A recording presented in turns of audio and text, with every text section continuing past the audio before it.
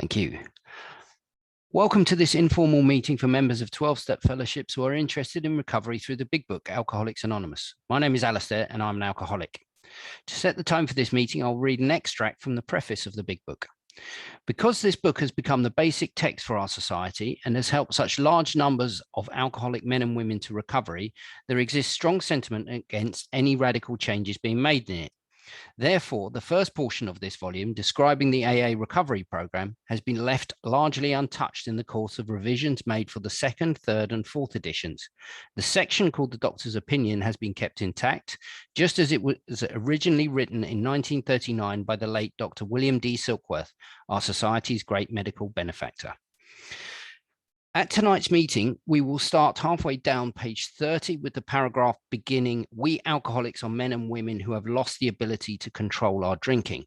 And Tim will work through the text paragraph by paragraph, pausing for questions. If you have a question, please use the raise hand function in Zoom, or you can message me through the chat function and I will ask Tim directly. We will try to close around the hour mark. And with that, I will now hand over to Tim. Thanks. Good evening, everyone. Just going to share the screen. There we go.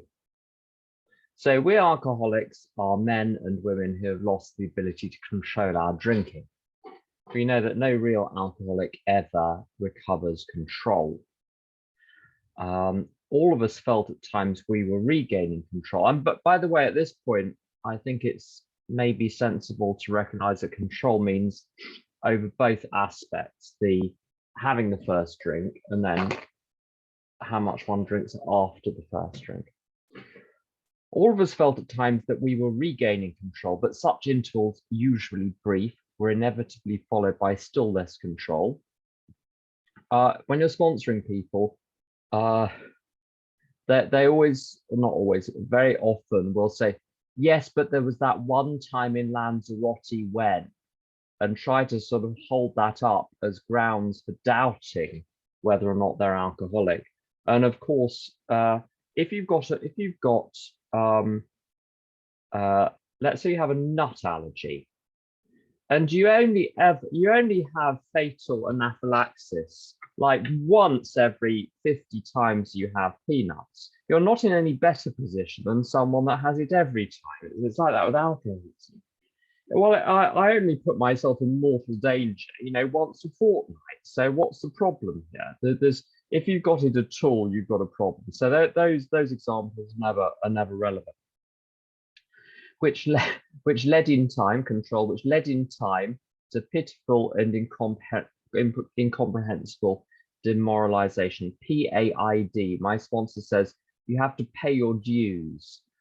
Once those dues are paid in the form of PAID, pitiful and incomprehensible demoralization, then you might be ready for the program. I think that's pretty good.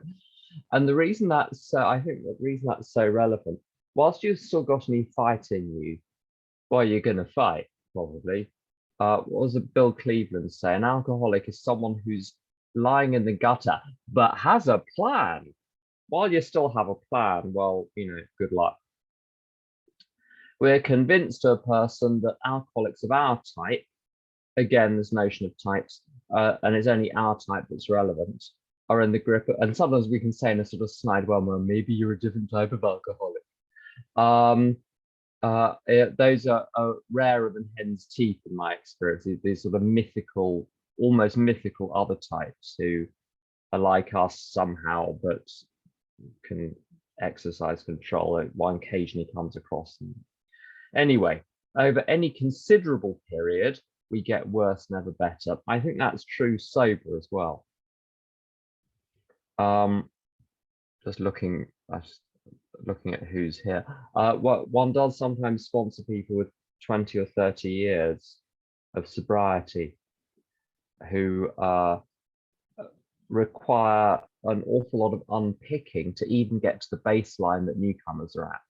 It's like you've got to find your way all the way back out of the maze that you've gone through sober before you can even start to listen.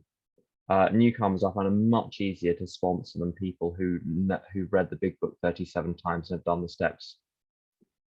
It's an interesting, by the way, it's an interesting question. someone asks you to sponsor them, they've got some experience in AA. You say, have you done the steps? I'd say every single one says, I've done the steps many times. That's the phrase. I've gone through the steps many times. And you say, now there's one of two outcomes. Outcome number one is you say, well, let's just check one thing. Did you complete every last amend? And the answer is usually no. In which case, if you haven't been through the steps once, if you undertake a journey to Edinburgh on the east coastline, but you haven't gone through Berwick, I don't know where you ended up, but it ain't Edinburgh. If step 9 hasn't been completed, the steps haven't been done. Occasionally people do say, I have completed every last amend. Very often the amends list turns out to have 3 or 4 people on it, or 3/4 of the people were crossed off by a sponsor. Now, sometimes sponsors legitimately cross people off because there are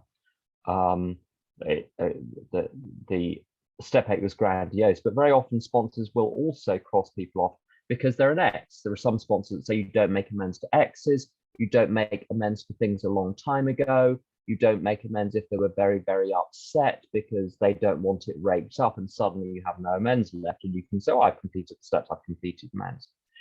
The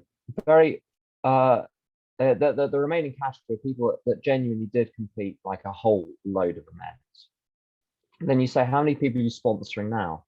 The answer is usually none. When was the last time you sponsored? 10 years ago, 5 years ago, 2 years ago. So the steps, if one doesn't remain in step 12, one isn't, the fact one's been through the steps is history. It's history. And I find it, if I let the foot up off the gas, there have been periods when although I've had lots of sponsees on paper, there's hardly anyone calling me because they're all through the steps or stalled. And I start to deteriorate. So this is the point here. Over any considerable period, we get worse, never better. The image, I think, alcoholism is like being on a down escalator. You've got to be walking up pretty briskly to be going up at all. If one's standing still, one's going backwards, one's going down. And I think that's true drunk or sober.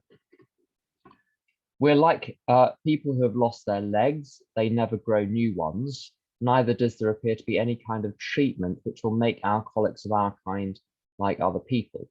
We have tried every imaginable remedy. In some instances, there has been brief recovery followed still by still worse relapse. Physicians who are familiar with alcoholism agree there's no such thing as making a normal drinker out of an alcoholic. Science may one day accomplish this, but it hasn't done so yet. Despite all we can say, many who are real alcoholics are not going to believe they're in that class. By every form of self-deception and experimentation, they will try to prove themselves exceptions to the rule, therefore non-alcoholic. If anyone who is showing inability to control his drinking can do the right about face and drink like a gentleman, our hats are off to him. Heaven knows we have tried hard enough and long enough to drink like other people. I'm just going to look at my computer, see if I can find the Mary Mann test.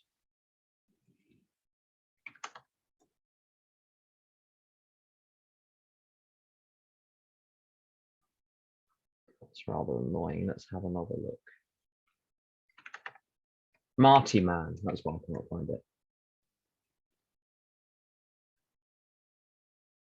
There we go. Right, I'm going to de-share this and share the Marty Mann test. I'm not going to read through the whole thing because it's long, but where is it?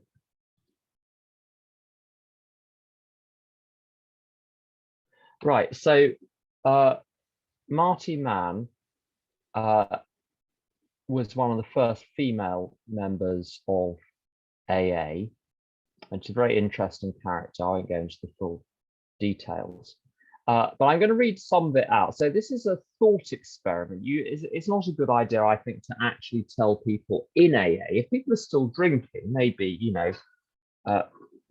drink thoughtfully and see if, try and stop and see what happens. If someone is in AA, I'd be very, very loath to tell them to go and have a drink, but you can give them this thought experiment, and thought experiments can be just as powerful as actual experiments. There is a simple test which has been used hundreds of times for this purpose.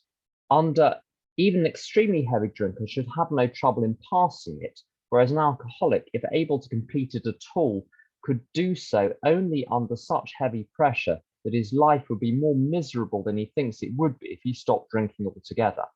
The chances are 100 to 1, however, against a true alcoholic's being willing or able, interested to undertake the test. The test: select any time at all for instituting it. Now is the best time. For the next 6 months at least, decide that you will stick to a certain number of drinks a day, that number to be not less than 1 and not more than 3. If you are not a daily drinker, then the test should be the stated number of drinks from 1 to 3 on those days when you do drink. And this I love. Whatever number you choose must not be exceeded under any circumstances whatever. And this includes weddings, births, funerals, occasions of sudden death and disaster, unexpected or long-awaited inheritance, promotion, or other happy events, reunions or meetings with old friends or good customers, or just sheer boredom. There must also be no special occasions on which you feel justified in adding to your quota of the stated number of drinks, such as a severe emotional upset, or the appointment to close the biggest deal of your career, or the audition you've been waiting for all your life, or the meeting with someone who is crucial to your future and of whom you are terrified. Absolutely no exceptions, or the test has been failed. And so you give people that little experiment. So just imagine trying for a year to have a double whiskey every night at 6 p.m, whatever your tipple is. And people's lips curl in horror when you suggest this. And I understand why, because the physical craving would kick in and it's almost intolerable. It's, as she says, it's easier to stop altogether than it is to conceive of that management of drinking. So back to the book, let me just reshare that.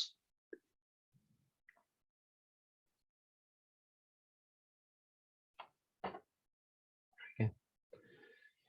Here are some of the drinks we've tried, methods we have tried. Drinking beer only, limiting the number of drinks, never drinking alone, never drinking in the morning, drinking only at home, never having it in the house, never drinking during business hours, drinking only at parties, switching from scotch to brandy, drinking only natural wines, whatever they are, agreeing to resign if ever drunk on the job, taking a trip, not taking a trip, swearing off forever, with and without a solemn oath, taking more physical exercise, reading inspirational books, going to health farms and sanitariums, accepting voluntary commitment to asylums. We could increase the list ad infinitum. An interesting point, if you, I noticed this a lot with Al-Anons. It's very easy to spot it with alcoholics doing this, but with Al-Anons, what's going on? And usually, in my case, as an Al-Anon, it's pulling big levers in my life, finding very, very big things to change on the basis that if I change this big thing, then I'll be all right. Everything is going to be all right then. And someone I know who came from an alcoholic family, every week she'd phone up and say, I've had a massive realization, I need to ... and then explain the large life-changing modification she wanted to make, and she never fortunately did any of them. But it's a similar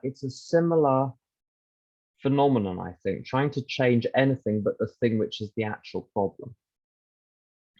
We do not like to pronounce any individual as alcoholic, but you can quickly diagnose yourself. Step over to the nearest bar and try some controlled drinking. Try to drink and stop abruptly. Try more than once. It will not take long for you to decide if you're honest with yourself about it. It may be worth a bad case of jitters if you get a full knowledge of your condition. As I've said, thought experiment just as good. for most people. Although I have to say, it's often the case, it's only when a sponsee slips and has a nasty shock that they then become willing. And that's just unfortunately true. Though there is no way of proving it, we believe that early in our drinking careers, most of us could have stopped drinking. So this is this fantastic beast of the potential alcoholic that Bill talks about, which is a red herring for a reason that I'm going to say. But the difficulty is that few alcoholics have enough desire to stop while there is yet time. We have heard of a few instances where people who showed definite signs of alcoholism were able to stop for a long period because of an overpowering desire to do so. Here is one. Now, the reason it's a red herring, let's say you're having trouble with your drinking, but you can stop for a while. In the very early part of my drinking, I discovered I could stop. I did actually stop for 3 months at one point in 1990. If anyone remembers 1990, I stopped for 3 months. And because I stopped for 3 months, I thought this was all right. I can stop. Because I could stop, I don't need to stop, so I'm going to start again. So the only thing that stopping temporarily achieves is continued drinking. If, by contrast, you later, like a year later, I tried to stop again, and about a year and a half later, I tried to stop again, and I couldn't. Now, because I couldn't, the result of that was continued drinking. So either way, you're going to continue drinking. So whether you're a potential alcoholic or a real alcoholic, there's going to be absolutely no difference in practice. You're going to be down the pub. And at some point you'll flip, as I did, from one to the other. And now you're really stuck. So this is the point. This notion of the potential alcoholic is, I think, irrelevant for our purposes. A man of 30 was doing a great deal of spree drinking. He was very nervous in the morning after these bouts and quieted himself with more liquor.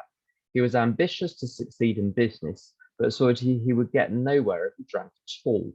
Once he started, he had no control whatsoever. He made up his mind that until he'd been successful in business and had retired, he would not touch another drop. An exceptional man who remained bone dry for 25 years and retired at the age of 55 after a successful and happy business career. Then he fell victim to a belief which practically every alcoholic has, that his long period of sobriety and self-discipline had qualified him to drink as other men. Out came his carpet slippers and a bottle. In 2 months, he was in a hospital, puzzled and humiliated. He tried to regulate his drinking for a while. Presumably that means either moderating or stopping, making several trips to the hospital meantime. Then, gathering all his forces, he attempted to stop altogether and found he could not. Every means of solving his problem, which money could buy, was at his disposal. Every attempt failed. Though a robust man at retirement, he went to pieces quickly and was dead within 4 years. The main two elements of alcoholism, the physical craving, which condemns me to drink after the first drink, and the mental obsession, which takes me to the first drink, those aren't enough to be willing to go to any lengths to stop drinking. I'll tell you why, unless you're very smart and very self-controlled.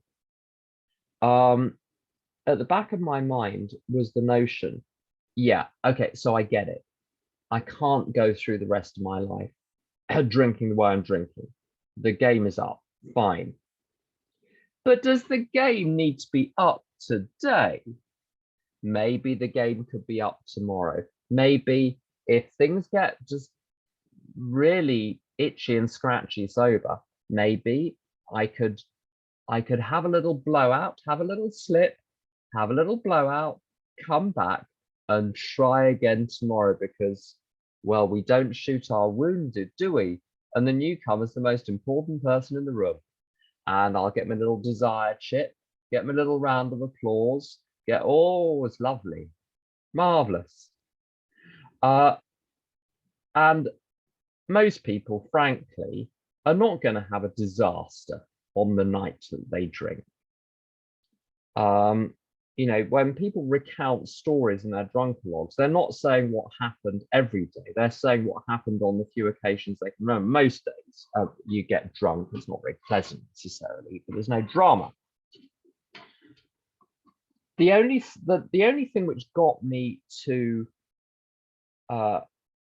give up drinking forever today and to commit to taking all actions necessary in order to do so was the notion that I might not come back from the slip. And that's the lesson of the man of 30. Just because you came back before doesn't mean you're going to come back this time. And pretty much every slipper you ever sponsor will have the reservation, but I could basically, they cost, and I did it myself, I costed out like a cost accountant. I costed the slip and decided that the loss of a few days or weeks of sobriety off my time, it was actually worth it for it to have a blowout. And I can come back when I decide to come back. And of course, that's the error. One can't guarantee that.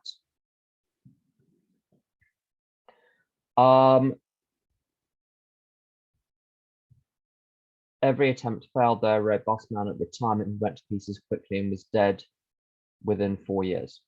This case contains a powerful lesson. Most of us believe that if we remain sober for a long stretch, we could thereafter drink normally. But here is a man who at 55 years found he was just where he had left off at 30. We have seen the truth demonstrated again and again. Once an alcoholic, always an alcoholic. Commencing to drink after a period of sobriety, we are in a short time as bad as ever. If we're planning to stop drinking, there must be no reservation of any kind, nor any lurking notion that someday we will be immune to alcohol.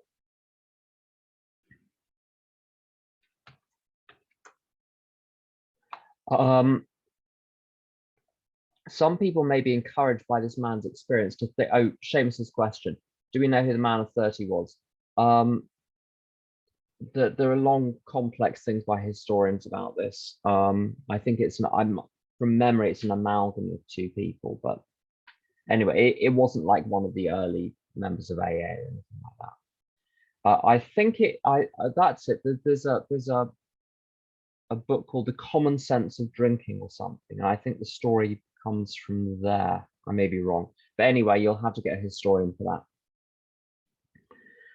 Young people may be encouraged by this man's experience to think that they can stop as he did on their own willpower.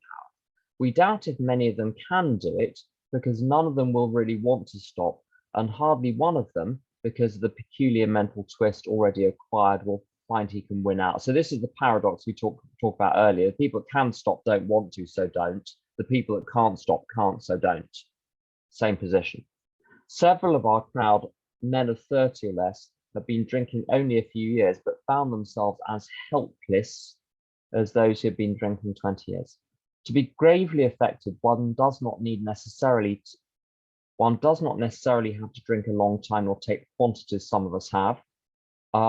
This is particularly true of women. Potential female alcoholics often turn into the real thing and are gone beyond recall in a few years. Certain drinkers who would be greatly insulted if called alcoholics are astonished at their inability to stop. We who are familiar with the symptoms see large numbers of potential alcoholics among young people everywhere, but try and get them to see it. I'm not going to labor any of those points. A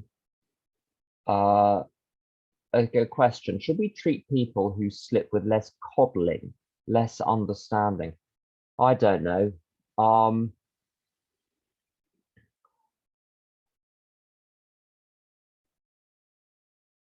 In early AA, it was in one of the pamphlets where it said, if you go and drink, you are deemed to have resigned from AA membership, having rejected what we offer, the words to that effect.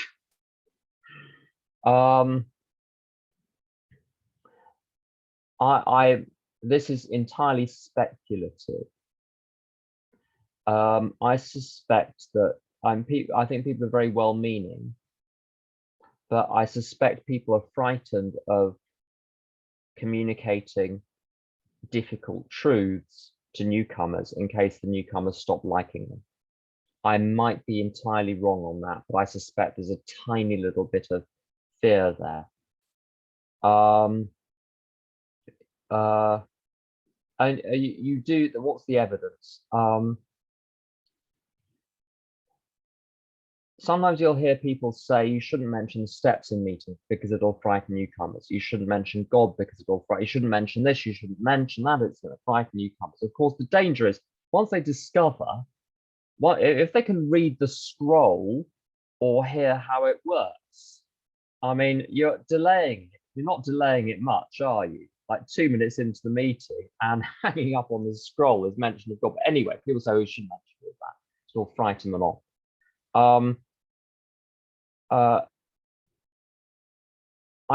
The encouragement when people come back, I think it is perfectly valid.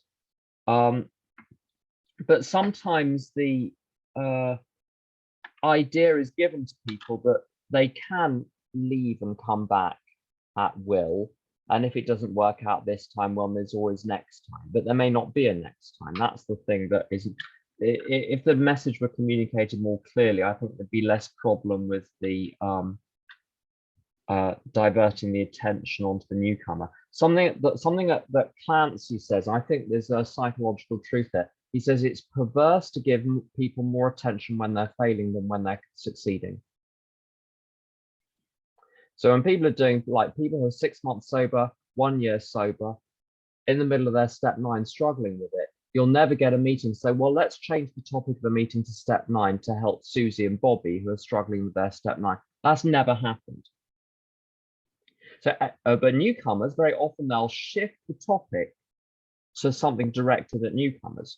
So what we're saying is once you've got a certain way in, well, buggy, you have to find your own way. But if you slip and come back, you're going to be the center of attention.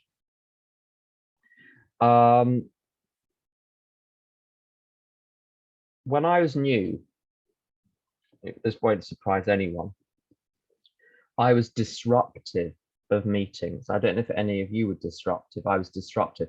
I found the biggest meeting I could and I disrupt it.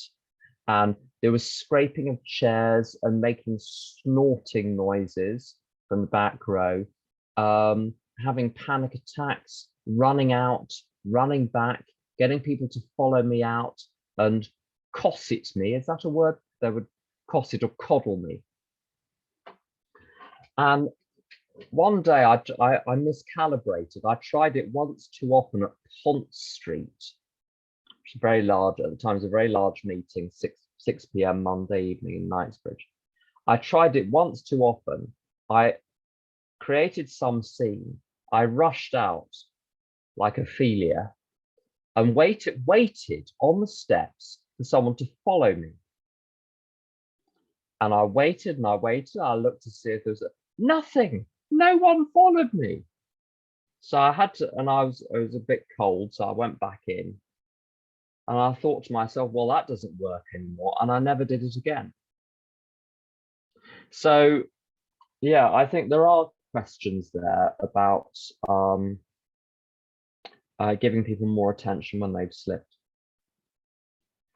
I'm not quite sure where we stopped. Where did I stop?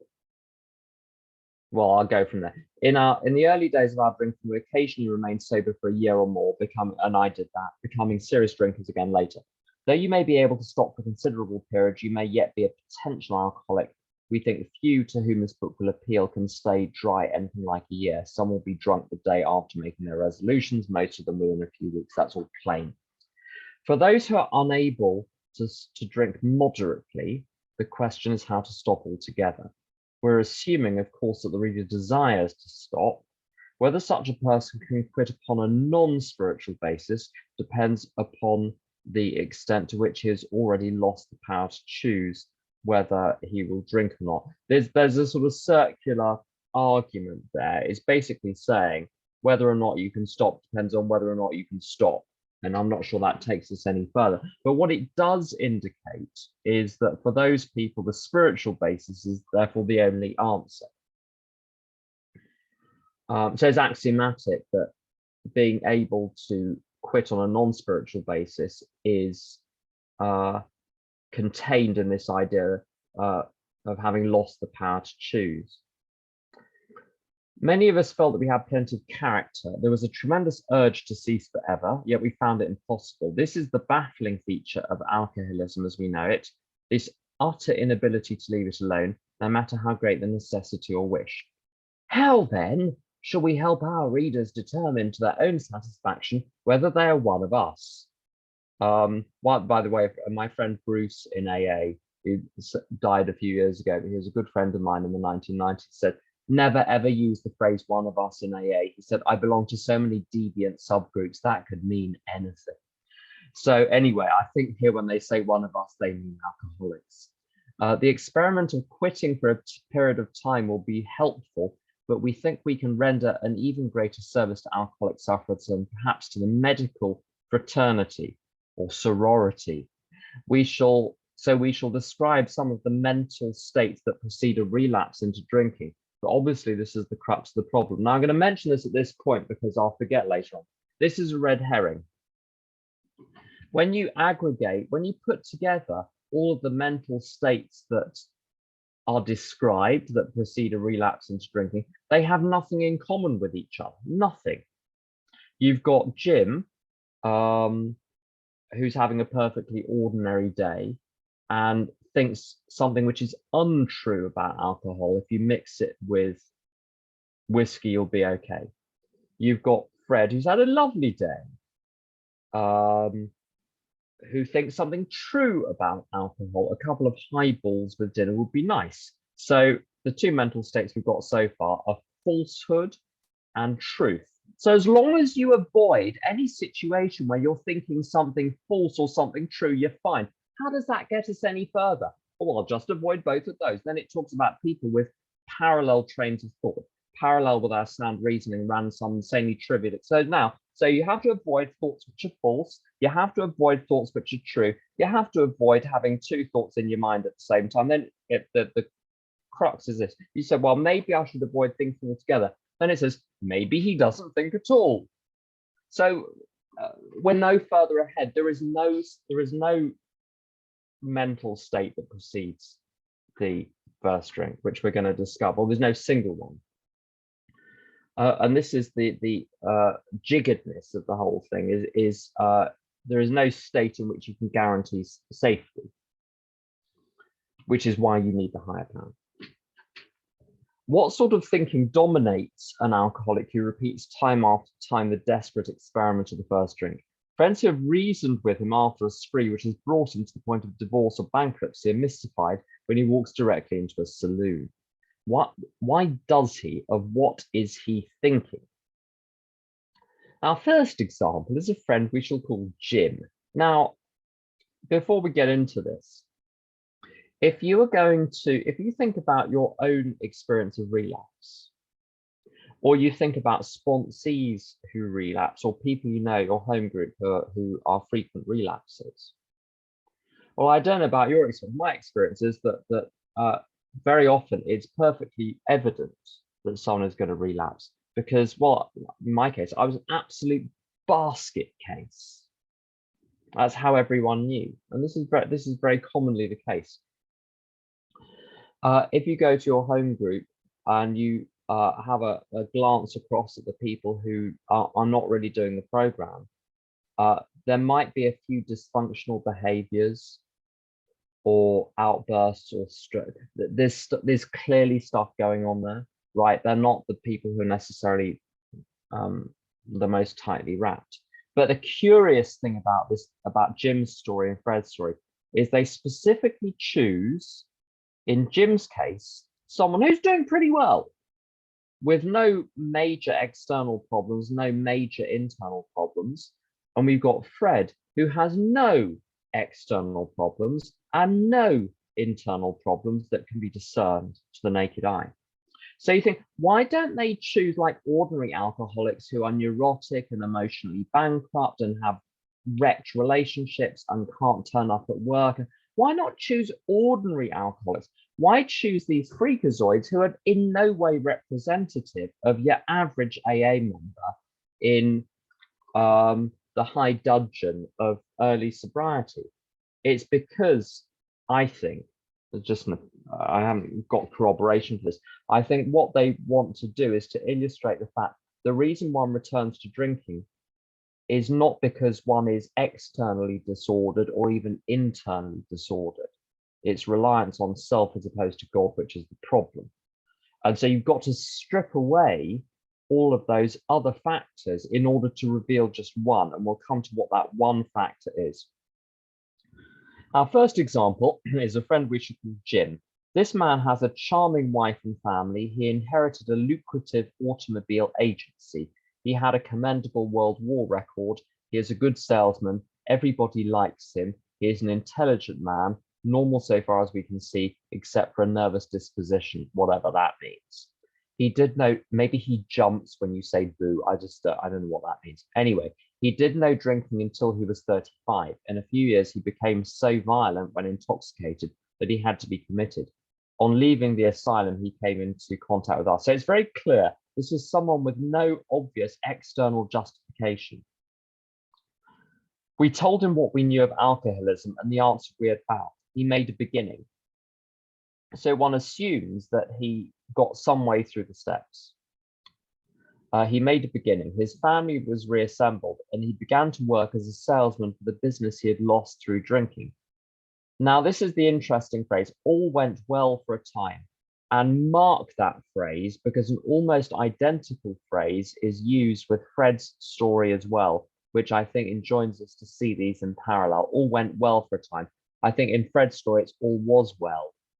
All went well for a time. So this is someone who's got a very good baseline to work from. His external life is in order and everything's going great. Have you ever heard people at meetings say, I drank because, and then make a list? I drank on, and then list a number of feelings.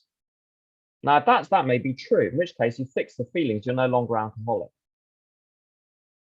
Problem's gone. Bye-bye, alcoholism. This is the point they're making. It's not that. If it were that, it would be easy. But he failed to enlarge his spiritual life. If you want to know what that means, you go back to bottom of page 14. There are this isn't Da Vinci Code stuff. This is just linking exact phrases which are the same. It talks there about bottom of 14, top of 15 about Bill, that we have to enlarge our spiritual life through work and self-sacrifice for others. So that's what this Jim didn't do, is work and self-sacrifice for others. He did the bit of the program which sorted his life out. Look, family reassembled, began to work. He's done enough of the steps to sort himself out, but he's not putting himself out for others. And so we're back to the people who come to you who with 20 or 30 years of sobriety, who've done the steps many times, but are currently not sponsoring. They're in Jim's position. Doesn't say how long the time is for which all went well. Also interesting. If you look at people who are pretty jiggered after many years, having done the steps many times, the same thing, all went well for a while. The other point, which is terribly striking, is if you want to know what Bill means when he says spiritual, you don't have to figure it out. You look at the other times he uses the word spiritual and look for evidence for what is meant. And in A Vision for You, when they're telling the story in a sort of rather little bit of an Enid Blyton way, they're telling the story of Bill and Bob, and they talk, well, they're new friends and all of that. It's all very 1930s. And it said that, the two pals saw that they had to stay spiritually active. Now, they don't head to the Bethnal Green Buddhist Center. They head to the hospital and find an alcoholic to work with. So when Bill talks about being spiritually active, he talks about this William James idea of carrying the spiritual awakening to other people. It's not for one's own benefit, it's to fit oneself to be of use to others, with God as the ultimate principle, with you as the agent. Intelligent agents, spearheads of God's ever-advancing creation. This links into this idea that having an ordinary good life is not going to, as Don Pritt says, having an ordinary good life is not going to cut it for an alcoholic. You need a higher mission. To his consternation, he found himself drunk half a dozen times in rapid succession. On each of these occasions, we worked with him, reviewing carefully what had happened. He agreed he was a real alcoholic and in a serious condition. So you systematically go through, you have to go through the basics. So do you get what an alcoholic is? Are you one? Good. What's next? What did your program? He faced another trip to the asylum if he kept on. Moreover, he would lose his family for whom he had a deep affection. I'm always suspicious in meetings when people say, I know I'm not going to drink because I know how much I have to lose today. Or I'm grateful, therefore I'm not going to drink. Well, that's nice. But Fred is going to be grateful on page 41. Didn't do him any good. It's not a bad thing. And gratitude certainly neutralizes some of the whirling negativity, but it's not the whole thing. Yet he got drunk again. We asked him to tell us exactly how it happened. Now, people do skits on this. I'm not going to name names. But they do skits trying to find evidence like auguries or forebodings that one might have that he's going to have a drink. And it goes like this. I came to work on Tuesday morning, and then the commentator says, where were you on Monday, Jim? And I don't think there are hidden meanings here. I think it's plain and on the surface on the previous page. And then they say, I remember I felt irritated that I had to be a salesman for a concern. I once said, aha, he was resentful. I've had resentful thoughts today. Hands up, anyone? Okay, can we just have a show of hands? Hands up, who's had a resentful thought today? Just one. There we go. Are you drunk? No.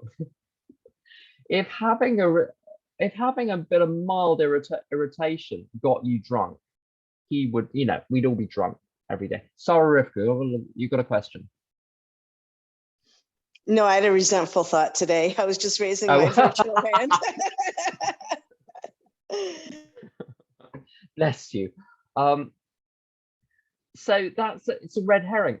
This is an indication. This is someone with a normal range of human emotions. This is not someone who is dissociated. This is someone who's able to be, emotionally present in his life. He's having feelings which are congruent with his circumstances. This is not someone who is Pollyannishly psychotic. This is an ordinary person. The point of this is the ordinariness. I had a few words with the boss, but nothing serious. Again, I was tense with a couple of people today. This happens. Then I decided to drive into the country and see one of my prospects for a car. On the way, I felt hungry, so I stopped at a roadside place where they have a bar. I had no intention of drinking. I just thought I would get a sandwich.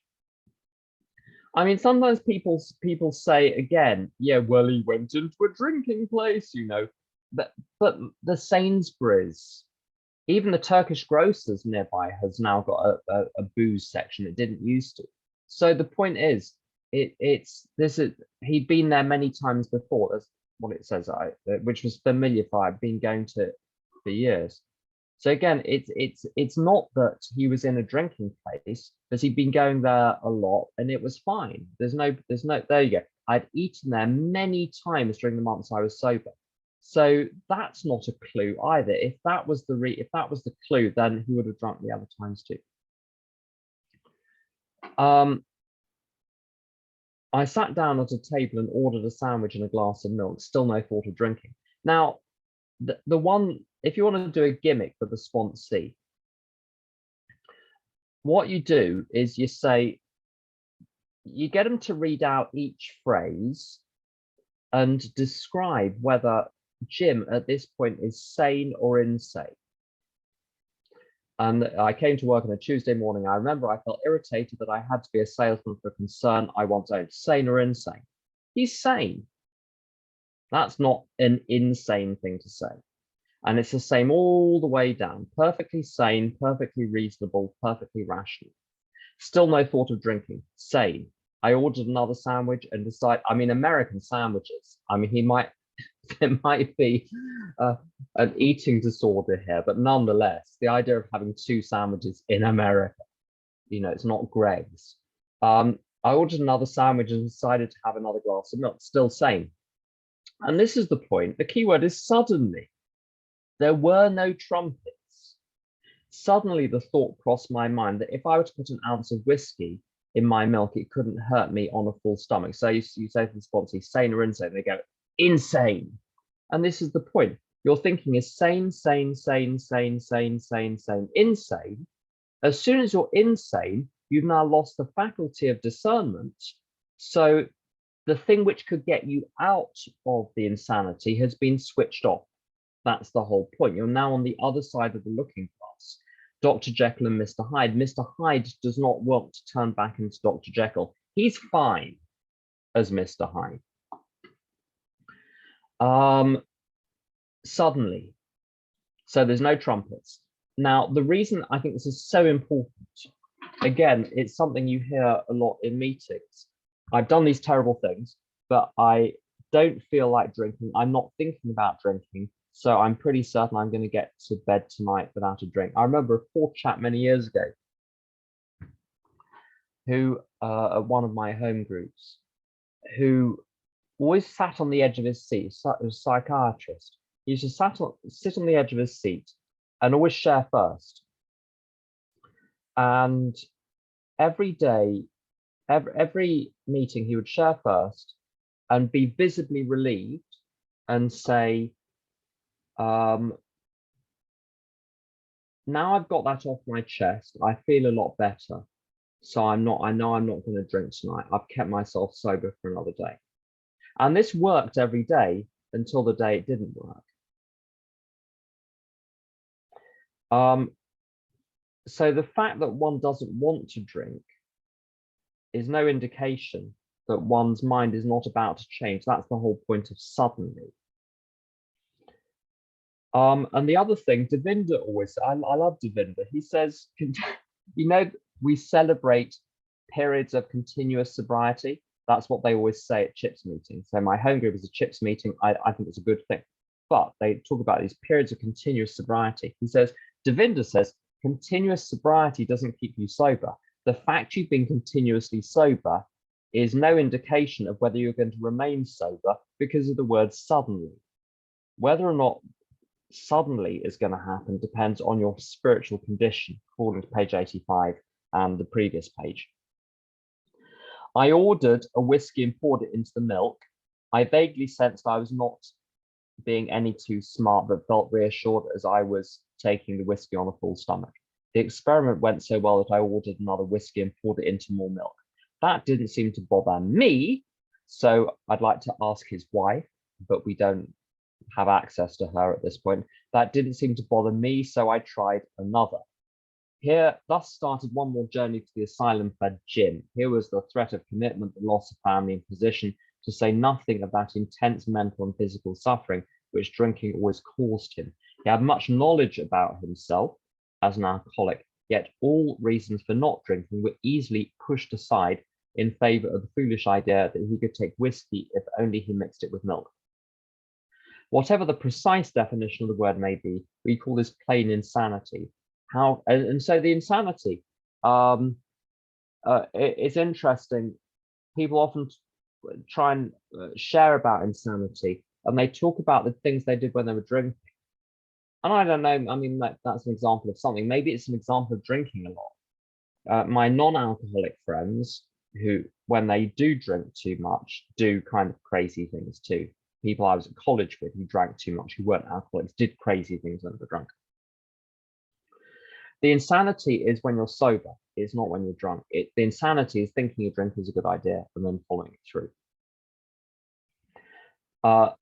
Which is, I don't know if you've ever known people who are psychotic, but it can be chilling because it's a very similar sudden transition from a normal conversation to, and then they suddenly say, and yeah, I remember, I remember someone saying at a meeting, they were sharing perfectly normally, and then said, and the devil has placed babies inside my stomach, and I think they're going to hatch soon.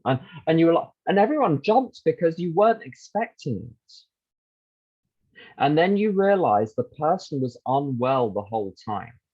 So the fact they were presenting on the surface as being someone whose cognition and perception and interpretation of reality was congruent with reality, there was no sign, but it was there. The problem was there all along. It just boom, suddenly there it was on the surface. And I think my alcoholism is a bit like that. I can seem perfectly normal until the alien head pops out of my chest. You may think this an extreme case. To us, it is not far-fetched, but this kind of thinking has been characteristic of every single one of us. We have sometimes reflected more than Jim did on the consequences, but there was always, here we go. So this is almost like a second type of thinker, but there was always the curious mental phenomenon parallel with our sound reasoning that inevitably, I mean, he's got no sound reasoning, but they're introducing this idea you might have sound reasoning. There inevitably ran some insanely trivial excuse for taking the first drink. Our sound reasoning failed to hold us in check. The insane idea won out. Next day, we would ask ourselves in all earnestness and sincerity how it could have happened. And here we've got another type of character. In some circumstances, we've gone out deliberately to get drunk, feeling ourselves justified by the nervousness, anger, worry, depression, jealousy, or the like. So we've got Jim, whose perception of reality is fundamentally distorted. You've got this imaginary character here who's got parallel tracks, partly insane, partly sane. We've got someone who apparently, I think this is described as pressing the ethic reasoning for drinking, where you're pointing to actual things happening in your life. Now, this is going to need a bit of peddling for some sponsees. Even in this type of beginning, we're obliged to admit that our justification for a spree was insanely insufficient in the light of what always happened. Now, frankly, as I said earlier, most people I sponsor, they didn't have catastrophic consequences every time they drank. It's the fact one is drinking at all is the problem. It's the drip attrition of drinking over years for most people which is causing the problem. It's not the specific events which flow from a specific bout. And it's in the light of that it's insane, not necessarily in the light of a specific bout. Because it is true that if you have a few drinks, go into blackout, you will temporarily relieve yourself of the anger, the worry, the depression, jealousy. That's not insane. But if you look across your life, this is the test I give people. When they cite these reasons, and this is pretty much the list actually, nervousness, anger, worry, depression, jealousy, I say, at the end of your drinking, were those conditions worse than at the beginning of your drinking? The answer is always yes. So your solution, this is the man with the hammer, your solution is actually making the problem worse, or at least running in parallel to the problems getting worse. We now see that when we began to drink deliberately instead of casually, there was little serious or effective thought during the period of premeditation of what the terrific consequences might be. So now we've got our next signal example. Our behavior is as absurd and incomprehensible with respect to the first drink as that of an individual with a passion-safer jaywalk. He gets a thrill out of skipping in front of fast-moving vehicles. He enjoys himself for a few years in spite of friendly warnings. Up to this point, you would label him as a foolish chap having queer ideas of fun. Luck then deserts him and he's slightly injured several times in succession. You would expect him, if he were normal, to cut it out. Presently he is hit again, and this time he has a fractured skull. Within a week of leaving the hospital, a fast-moving trolley car, you'll have to draw a picture of that for your sponsor. They won't know what one of those is. He tells you he has decided to stop jaywalking for good, but in a few weeks, breaks both legs. On through the years, this conduct continues, accompanied by his continual promises to be careful or to keep off the streets altogether. Finally, he can no longer work, his wife gets a divorce, and he is held up to ridicule. He tries every known means to get the jaywalking idea out of his head. He shuts himself up in an asylum, hoping to mend his ways. But the day he comes out, he races in front of a fire engine, which breaks his neck. Such a man would be crazy, wouldn't he? So now we've already seen this. Actually, I'm going to read the next paragraph first before I make the point. You may think our illustration is too ridiculous, but is it? We, who have been through the ringer, have to admit if we substituted alcoholism for jaywalking, the illustration would fit us exactly. However intelligent we may have been in other respects, where alcohol has been involved, we have been strangely insane. It's strong language, but isn't it true? Now, we've seen this character before. It's the man with the hammer. It's exactly the same, almost exactly the same example. There's a benefit. With the man with the hammer, there's a benefit, which is relief from the headache, but there's a cost, which is that the cure makes the problem worse. Here, the benefit, it's the same. The cost outweighs the benefit, but in the moment of decision in inverted commas, he can't see it. So if you substitute thrill for relief, the stories are the same. It's the appalling lack of perspective from page 5. So I won't belabor that any longer. It's a fairly straightforward example. There's one point actually from the previous page.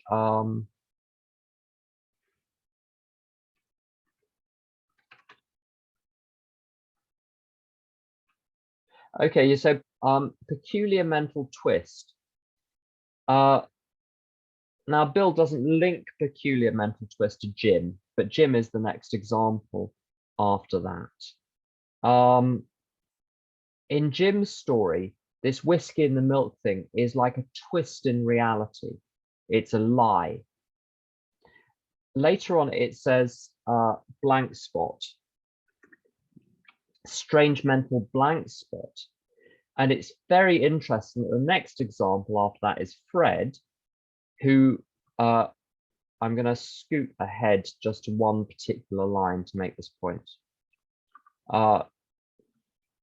where he says, the thought came to mind that it would be nice to have a couple of cocktails with dinner. That was all, nothing more. I ordered a cocktail and my meal. First cocktail. Then I ordered another cocktail. Second cocktail. His thought that he was going to have a couple of cocktails with dinner, a couple is 2, is accurate. There isn't a twist in reality. There is a gap in reality. The gap in reality is the observation that it's not going to stop at 2. He's going to carry on drinking afterwards. So we've got a good illustration here of your 2 basic characters. Jim, peculiar mental twist. His perception of reality is distorted, his magical thinking. With Fred, there is a hole in reality where the information is being deleted or suppressed. Strange mental blank spot. And I think that neatly covers it. Anyway, I'm just going to fix where we stopped, where we're stopping. And it's Alistair, it's going to be there, but isn't it true? Because it's 1 minute to 8, so I'm going to stop there. Thank you for listening. Thank you, Tim. Seems a good appropriate place to stop. I will drop it into the chat now. There's a link to a Google Drive that has a recording of, will have the recording of this meeting and previous recordings. And with that, I'll hand back to you, Tim, and ask you to close in the usual way. Thank you. Yes, would you please help me close with the serenity prayer using the word God as you do or don't understand it? God, Grant me God. serenity. Grant me Grant me the serenity. Accept things I serenity cannot Accept the change. things I cannot change. Courage to change Courage things to I change can. things I I can. can. And the And the wisdom to know the To know the difference. difference. Thank you, Tim. Thank you, Thanks, Tim. Alistair. Thank you, everyone. Bye bye. Thanks, everyone.